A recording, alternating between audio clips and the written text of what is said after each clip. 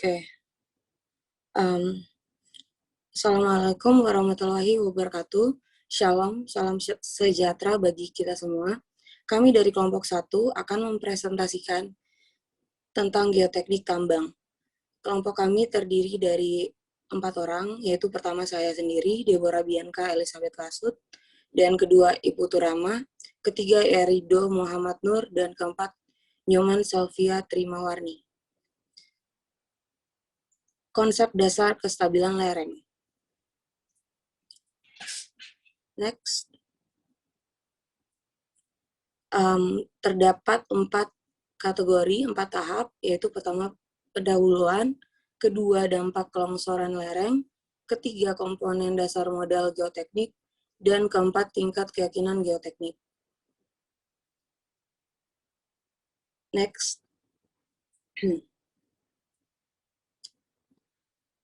Pendahuluan.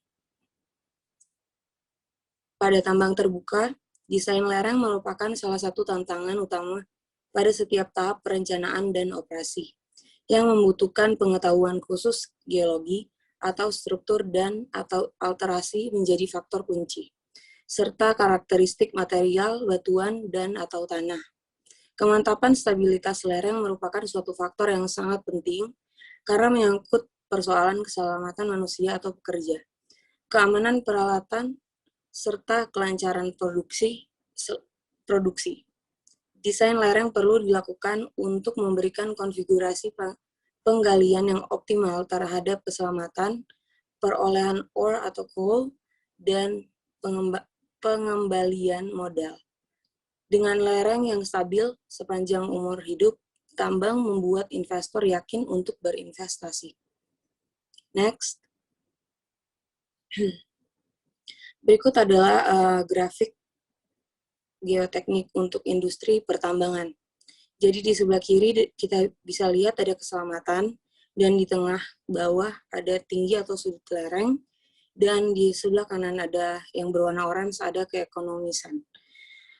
Jadi arti dari grafik ini adalah semakin tinggi lereng, maka semakin ekonomis, tetapi keselamatannya semakin rendah.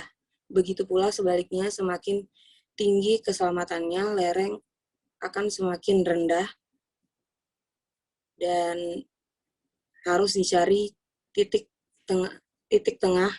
temu yang untuk mendapatkan hasil paling optimal agar bisa berjalan dengan lancar dan selamat, tapi tetap ekonomis. Berikut, lanjut. Next. Ya. Berikut ada project development flowchart, ada mineral deposit atau deposit mineral. Pertama ada project level, ada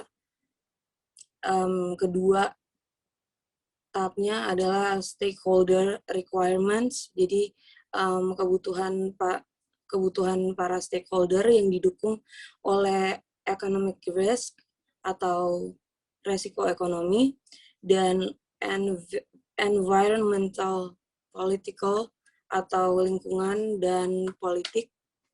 Dan langkah selanjutnya adalah desain tambang yang didukung oleh desain slope dan data-data yang didapatkan dari eksplorasi.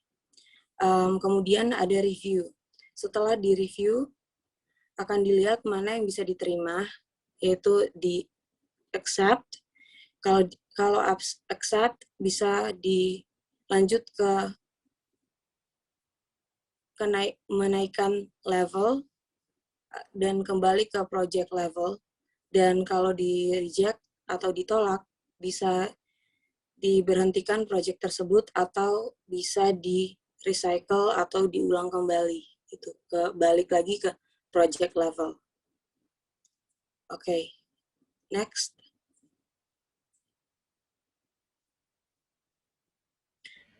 Oke, selanjutnya adalah dampak kelongsoran lereng. Di situ tertulis ada 3 dampak faktor. Pertama faktor sosial, dan keselamatan, kedua faktor ekonomi, ketiga dari faktor lingkungan dan regulasi. Kita mulai dari yang pertama, yaitu faktor sosial dan keselamatan. Merupakan kehilangan nyawa atau kecelakaan kerja, pekerja kehilangan pekerjaannya, hingga rasa percaya diri dari pekerja, perusahaan kehilangan kredibilitas, dan yang kedua ada faktor ekonomi, yaitu operasi terganggu, kerugian terhadap material dan peralatan tambang, menambah biaya untuk membersihkan kelongsoran, dan keempat, kerugian pasar. Lalu yang ketiga ada faktor lingkungan dan regulasi. Lingkungan jadi terdampak, yaitu pergeseran tanah akibat longsor, memperketat regulasi jika ada kasus, dan penutupan tambang. Prosedur dalam perencanaan kestabilan lereng, yaitu mengeliminasi masalah seperti pembuangan atau penggantian material lereng, pembuatan jembatan, atau relokasi lereng. Dan yang kedua, mereduksi gaya-gaya yang mengakibatkan kelongsoran, seperti memberikan drainase di permukaan dan subdrain, lalu perubahan geometri lereng, dan pengurangan berat beban di area lereng.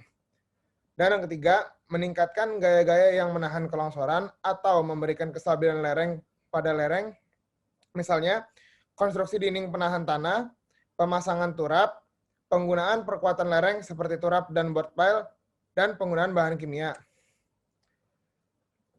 Dan berikutnya adalah dampak potensial pencuraman lereng, di mana bisa kita lihat dari garis yang warna hitam, itu merupakan lereng yang didesain oleh geotek awal.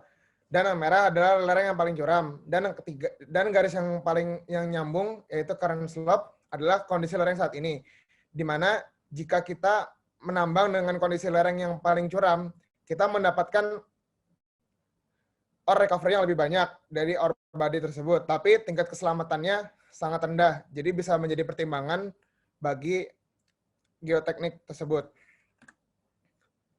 Dan berikutnya adalah terminologi. Di sini kita bisa lihat terminologinya, yaitu ada bench width, bench height, crest, ram, bench detail, dan floor. Di mana jika ingin mencari tinggi overall lereng, bisa kita lihat dari crest, bench height, dan floor. Dan crest itu adalah kepala jenjang, slope adalah sudut kemiringan dari lereng, overall slope adalah sudut dari toe paling bawah ke crest paling atas, dan bench width adalah lebar dari toe pada jenjang yang sama. Berikut ada juga bench height adalah dari toe ke crest. Dan ram adalah jalan yang dilalui alat berat di daerah tambang. Dan floor adalah lantai paling dasar pada lereng.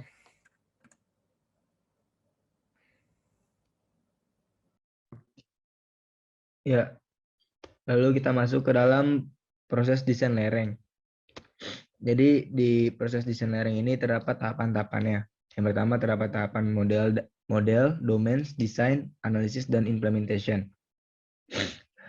Baik, jadi untuk mendapatkan suatu geotechnical model harus memiliki suatu geologi, dapat memiliki beberapa faktor, yaitu geologi, struktur, massa batuan, dan juga hidrogeologi. Lalu setelah itu didapatkan geotechnical domain, setelah didapatkannya geotechnical model. Lalu lalu dapat ditentukan juga failure model dari didapatkannya geotechnical domain. Failure model ini memiliki beberapa faktor, yaitu strength dan juga struktur. Setelah didapatkannya failure model, dapat ditentukan desain sektor. Lalu setelah itu ada bench configuration. Bench configuration ini memiliki faktor, yaitu regulation, dan juga harus memiliki equipment dan juga capability. Lalu setelah didapatkan bench configuration, terdapat interram angles. Interram angles ini didapatkan dari sama seperti bench configuration, yaitu ke regulasi. Tetapi interram angles ini harus juga memiliki main planning. Lalu setelah didapatkannya interram angles ini dapat didapatkan overall slopes. Overall slopes juga harus memiliki main planning. Lalu setelah itu didapatkannya stability analysis. Nah, stability analysis ini memiliki beberapa faktor, yaitu struktur, strength, groundwater, dan juga in situ stress. Stability analysis ini juga diperlukan partial slopes dan juga overall slopes. Setelah itu masuk ke dalam final design. Sebelum masuk ke dalam final design, kita juga harus memastikan bahwa sudah tidak ada lagi kekurangan di risk assessment. Setelah itu setelah tidak ada kekurangan lagi di risk assessment, kita bisa masuk ke dalam implementation. Implementation ini dapat ditentukan dari blasting dan juga dewatering. Sebelum ke closure, implementation ini diperlukan depreciation dan juga monitoring. Nah, monitoring ini berjalan dengan adanya movement dan juga desain model. Next.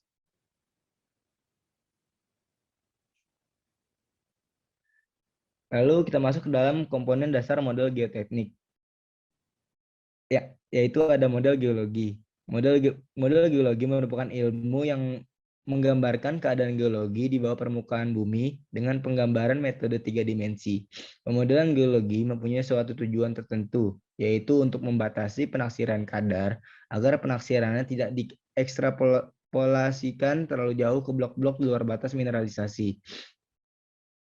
Lalu ada model hidrogeologi. Model geologi merupakan suatu penggambaran keberadaan air di bawah permukaan bumi dengan penggambaran menggunakan metode 3 dimensi. Lalu ada juga model struktur. Model struktur adalah penggambaran perubahan struktur lapisan, batuan sedimen akibat kerja kekuatan tektonik. Lalu ada juga model massa batuan. Model massa batuan ini adalah penggambaran susunan blok-blok material batuan yang dipisahkan oleh berbagai tipe ketidakmenerusan geologi. Lalu ada tegangan in situ, seismic, loading, dan lain-lain.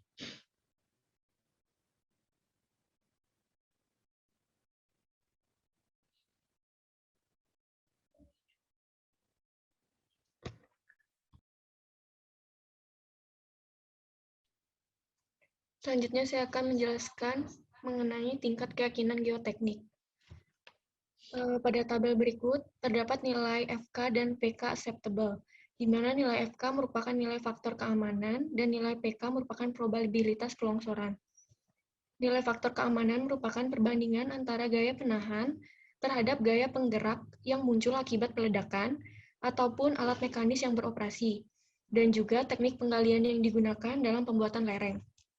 Sedangkan untuk PK atau probabilitas kelongsoran merupakan pendekatan yang mempertimbangkan seluruh variasi yang ada pada parameter masukan yang menghasilkan nilai faktor keamanan atau FK tertentu. Pada tabel ini diketahui jenis lerengnya dan keparahan longsor. Untuk jenis lereng tunggal dengan keparahan longsor rendah sampai dengan tinggi, FK statisnya yaitu 1,1 dengan FK dinamisnya 0 dan probabilitas longsornya 25-50%. Sedangkan untuk jenis lereng interrem dengan keparahan longsor rendah, faktor keamanan statisnya berkisar 1,15 sampai 1,2 dengan faktor keamanan dinamis 1 dan probabilitas longsornya 25%. Untuk interrem dengan tingkat keparahan longsor yang tinggi, faktor keamanan statisnya yaitu 1,2 sampai 1,3 dengan faktor keamanan dinamis 1,1 dan probabilitas longsornya 10%. Sedangkan untuk jenis lereng keseluruhan dengan tingkat keparahan rendah, FK statisnya yaitu 1,2 sampai 1,3 dengan faktor keamanan dinamis yaitu 1 dan probabilitas longsornya 15 sampai 20%. Untuk lereng keseluruhan dengan tingkat keparahan longsor yang tinggi, FK statisnya berkisar 1,3 sampai 1,5, FK dinamisnya 1,1 dan probabilitas longsor maksimalnya 5%. Semakin tinggi keparahan longsor, maka nilai dari faktor keamanan yang diperlukan juga semakin tinggi. Jika nilai FK-nya sudah ditingkatkan, maka nilai dari probabilitas kelongsorannya juga akan semakin kecil. Lanjut.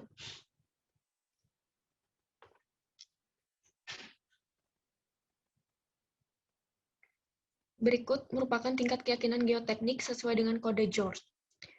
Dari gambar di sini disebutkan bahwa sumber daya mineral dibagi menjadi 3, yaitu tereka, tertunjuk, dan terukur. Sedangkan untuk ore atau cadangan biji dibagi menjadi cadangan terkira dan terbukti. Untuk peningkatan level ini merupakan peningkatan tingkat pengetahuan dan keyakinan teknologi. Pada sumber daya mineral dan cadangan biji atau ore, terdapat level 1 sampai dengan level 5. Lanjut.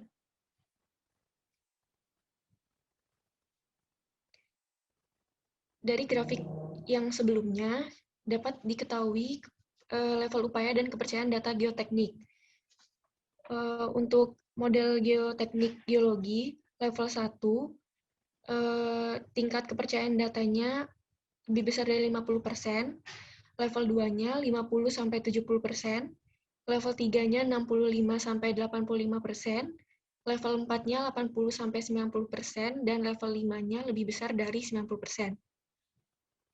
Untuk model geoteknik struktural, level 1-nya lebih besar dari 20%, level 2-nya 40-50%, level 3-nya 45-70%, level 4-nya 60-75%, dan level 5-nya lebih besar dari 75%.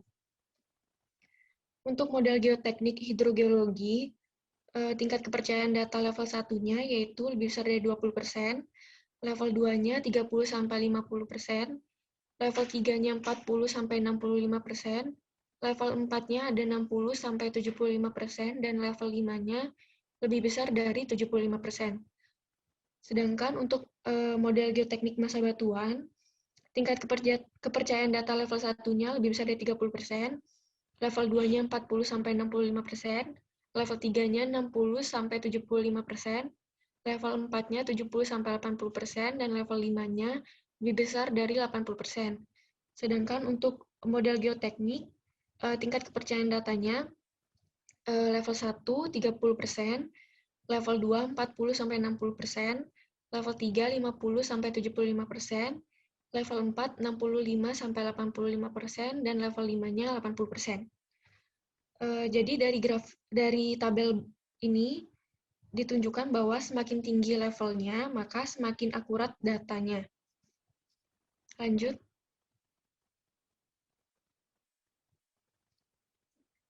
Kemudian ada penentuan sudut lereng berdasarkan tahap kegiatan dan tingkat target kepercayaan data.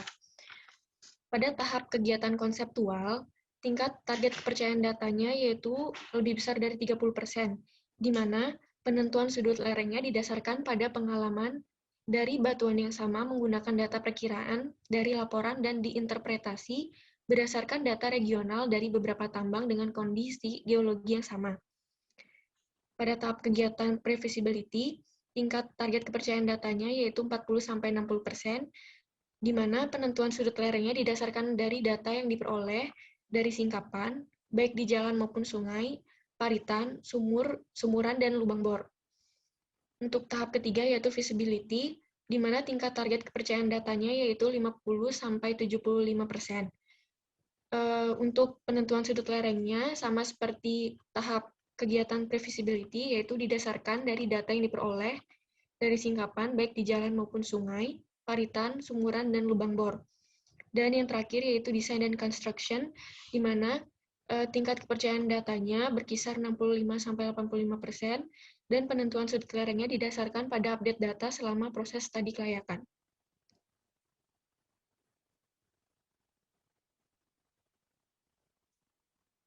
Lanjut.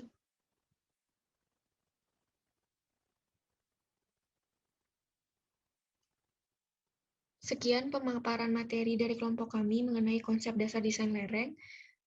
Selanjutnya akan dilanjutkan dengan materi kedua. Nah, ada report ya. Yaitu perolehan data lapangan. Next.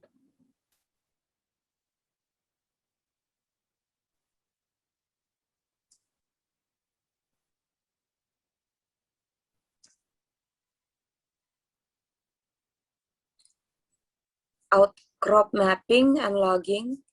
Outcrop mapping adalah hal yang mendasar untuk semua kegiatan tim yang bertanggung jawab untuk mendesain atau mengolah lereng pit.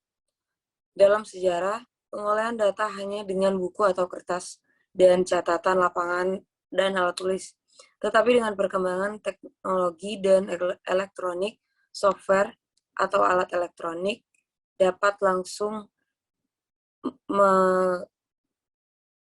mengumpulkan data langsung ke alat atau software yang dipakai. Next, logging geoteknik umum. Dalam semua kasus, data yang tercatat pada lembaran logging lapangan paling tidak harus memiliki 1. Identifikasi paparan yang dimap atau dipetakan, termasuk koordinat northing dan easting, skala pemetaan, nama orang pekerja atau yang melakukan logging, dan tanggal logging. Kedua, tipe batuan,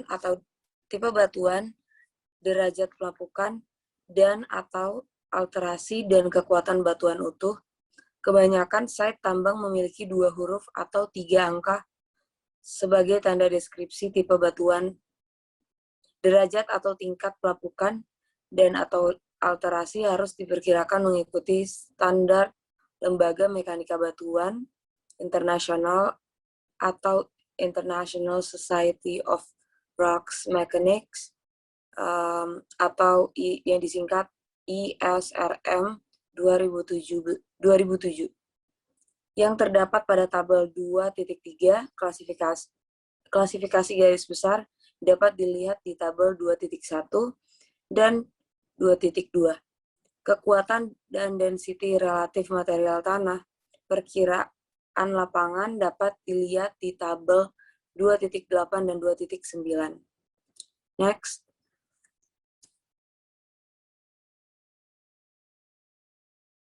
Berikut adalah tabel dampak pelapukan pada batuan muda atau effect of weathering on fresh rock. Pertama ada termnya yang fresh atau muda atau segar dengan simbol FR atau W1. Deskripsinya adalah tidak ada tanda pelapukan yang terlihat. Kedua, sedikit lapuk atau slightly weathered, simbolnya SW atau W2, hanya sedikit noda perubahan warna yang dari substansi batuan, biasanya pada batuan limonit, dan warna dan tekstur dari batuan itu sendiri dapat dikenal dengan mudah. Dan ketiga, cukup lapuk atau moderately weathered, MW atau W3, hanya ada beberapa noda perubahan warna yang menyebar ke seluruh substansi batuan. Dan keempat, ada highly weathered atau sangat lapuk dengan simbol HW atau W4. Batuan limonit biasanya ada noda atau bleaching, jadi lebih memudar warnanya atau pigmennya, sehingga meng-affect substansi batuan-batuan yang lain yang ada di situ. Dan yang terakhir adalah lapuk sepenuhnya atau completely weathered, simbolnya CW atau W5, sudah terlapukan keseluruhannya sehingga sudah tidak dapat dikenalkan, tidak dapat dilihat seperti batuan aslinya. Oke, next. Oke, jadi selanjutnya adalah berikutnya adalah efek alterasi atau perubahan pada batuan. Bisa kita lihat di tabel 2.2, yaitu tabel efek atau alterasi pada tabel efek alterasi atau perubahan pada batuan dengan kondisi segar dan simbol FR atau A1 dengan deskripsi tidak ada tanda alterasi atau perubahan warna atau cacat pada permukaan. Dan yang kedua adalah sedikit terubah dengan kode SA atau A2. Dengan deskripsi, alterasi dibatasi oleh urat dengan sedikit tekanan pada luar urat dan tidak terlihat efek pada kekuatan batuan asal. Dan yang ketiga, ada cukup terubah dengan kode simbol MA atau A3. Dengan deskripsi, alterasi didapat pada urat dan tekanan di dinding yang sempit dan nampak perubahan pada batuan berukuran kecil. Dan yang keempat, ada highly altered atau sangat terubah dengan kode HA atau A4. Dengan deskripsi, resapan yang terjadi pada batuan akan terbentuk mineral dan batuan utuh terhadap kumpulan yang membentuk perubahan dan kekuatan pada batuan asalnya. Dan yang kelima adalah berubah sepenuhnya dengan simbol CA atau A5. Dengan deskripsi, berubah sepenuhnya menyerupai tanah untuk perubahan hidrotermal formal dan perubahan lainnya yang menghasilkan kekuatan batuan yang lengkap dan relatif terhadap batuan asalnya. Lanjut. Berikutnya adalah logging geoteknik umum, yaitu struktur retakan dan celaan yang terpapar pada batuan harus mencakup 1. Orientasi dip dan arah dip. 2. Frekuensi, spasi, dan ketetapan, yaitu panjang yang teramati. 3. Kekasaran atau roughness, ketebalan thickness, dan isian and filling alami. Jika fault, zona pengaruh dari fault ke bidang fault di sisi lain. Lanjut. Dan selanjutnya di tabel 2.3, yaitu estimasi lapangan terhadap nilai uniaxial comprehensive strength. Bisa kita lihat ada ISRM grade R6 sampai dengan R0. Yang pertama adalah R6. Dengan kondisi batuan sangat kuat, dengan nilai UCS-nya mencapai lebih dari 250 megapascal, dengan nilai point load index-nya melebihi dari 10. Dan dengan deskripsi, karakteristik batuannya hanya terkelupas jika dipukul berkali-kali oleh palu geologi. Dan R5, yaitu sangat kuat dengan nilai UCS-nya 100 sampai dengan 250 megapascal. Dan nilai point load index-nya dengan skor 4 sampai 10. Dengan deskripsi, dibutuhkan beberapa pukulan palu geologi untuk menghancurkan spesimen batuan utuh. Dan ada R4 dengan batuan kuat dengan nilai UCS-nya 50 sampai dengan 100 megapascal dengan point load index-nya 2 sampai 4. Dengan deskripsi, hanya dibutuhkan 1 kali pukulan untuk menghancurkan batuan. Dan ketiga ada R3 dengan kondisi batuan sedang dengan nilai UCS-nya mencapai 25 sampai 50 megapascal dan nilai point load index-nya 1 sampai dengan 2. Dapat dihancurkan dengan cungkil yang ada di palu geologi seukuran 5 mm. Dan jika menggunakan pisau hanya dapat mengelupas lapisan batuan tersebut. Dengan SRM grade R2 dengan kondisi batuan lemah dengan nilai UCS-nya 5 sampai dengan 25 megapascal. Dengan point load index-nya tidak diketahui. Yaitu dapat menggunakan pisau untuk memotong material, tetapi akan sulit untuk melihat bentuk triaksial batuan. Dan ada R1 dengan kondisi batuan cukup lemah. Dengan UCS-nya dan nilai UCS-nya mencapai 1 sampai 5 megapascal dengan point load index-nya tidak diketahui. Dengan deskripsi, material hancur dan dapat diambil sampel dengan pisau. Dan selanjutnya adalah R0 dengan kondisi batuan sangat lemah dengan nilai point load index-nya tidak diketahui dan nilai UCS-nya 0,25 sampai dengan 1. Dan deskripsinya dapat terlihat dari bentuknya. Lanjut. Berikutnya adalah overburden soil logging, yaitu klasifikasi. Standar global untuk teknik logging dan klasifikasi tanah overburden yang digunakan adalah Unified Soil Classification System atau USCS ASTM D2487.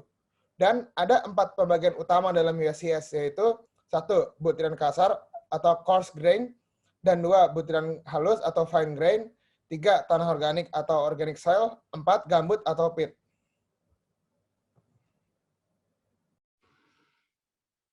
Lalu kita masuk ke kekuatan dan relativitas density. Estimasi lapangan tentang kekuatan dan relativitas density atau massa jenis batuan tanah dapat dilihat pada tabel 2.8 dan tabel 2.9. Kita masuk ke tabel 2.8, yaitu Field Estimates of the Strength of Fine Grained Soils. Yang pertama, dengan konsistensi very soft, dengan istilah S1, memiliki approximate strength dengan kurang dari 25 kilopascal. Dengan tactile test, easily penetrate 5 cm by fish, dengan nilai penirisan standarnya kurang dari 2. Lalu yang kedua, dengan konsistensi soft, dengan istilah S2, memiliki approximate strength 25-50 kilopascal. Dengan tactile testnya, easily penetrate 5 cm by thumb. Memiliki nilai penetrasi standar 2-4. Lalu yang ketiga, medium dengan istilah S3, memiliki approximate strength 50-100 kilopascal dengan penetrate 5 cm by thumb with moderate effort. Memiliki nilai penetrasi standar 4-8. Lalu yang keempat, stiff dengan istilah S4, memiliki approximate strength 100-200 kilopascal. Dengan tactile testnya readily identified by thumb but penetrate only with great effort. Memiliki nilai penetrasi standar 8-15. Lalu yang kelima, very stiff dengan istilah S5, memiliki approximate strength 200-400 dengan tactile test readily identified by thumbnail. Dengan nilai penetrasi standarnya 15-30. Lalu yang keenam, dengan konsistensi hard dengan istilah S6, memiliki approximate strength lebih dari 400 kilopascal. Memiliki tactile test identified with difficulty with thumbnail. Dan memiliki nilai penetrasi standarnya lebih dari 30. Lalu kita masuk ke tabel 2.9. Yaitu field estimates of the relative density of coarse grained soils. Lalu yang pertama, density very loose. Memiliki relative density kurang dari 15% dengan nilai penetrasinya kurang dari 4. Lalu yang kedua, density loose dengan relative density-nya 15-35%, memiliki nilai penetrasi standarnya 4-10. Lalu yang ketiga, yaitu yang medium, memiliki relative density-nya 35-65%, dan memiliki nilai penetrasi standarnya 10-30. Lalu yang keempat, yaitu dense, memiliki relative density-nya 65-85%, dan memiliki nilai penetrasi standarnya 30-50. Lalu yang terakhir ada very dense, dengan nilai relative density-nya lebih dari 85%, dan nilai penetrasi standarnya lebih dari 50.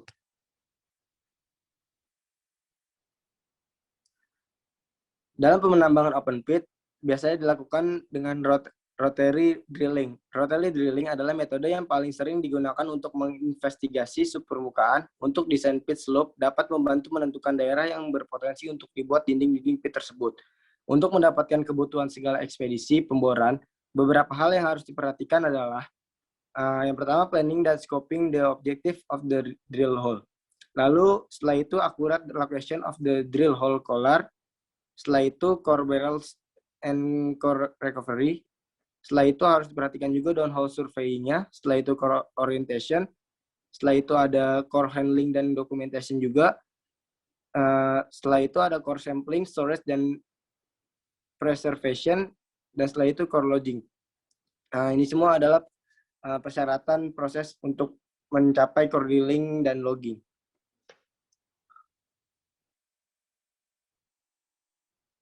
Lalu ada perencanaan dan scoping. Perencanaan dan scoping terhadap tujuan lubang bor adalah tahap-tahap penting untuk investigasi pemboran.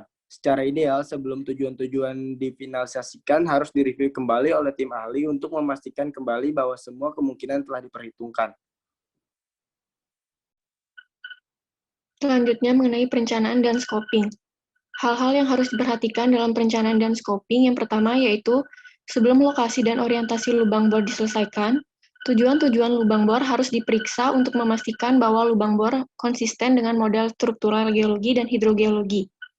Yang kedua, yaitu setelah perencanaan difinalisasikan, tujuan pemboran harus tercatat termasuk aksi alternatif yang dilakukan ketika terjadi kesulitan saat pengeboran atau mustahil untuk menyelesaikan lubang yang dibor.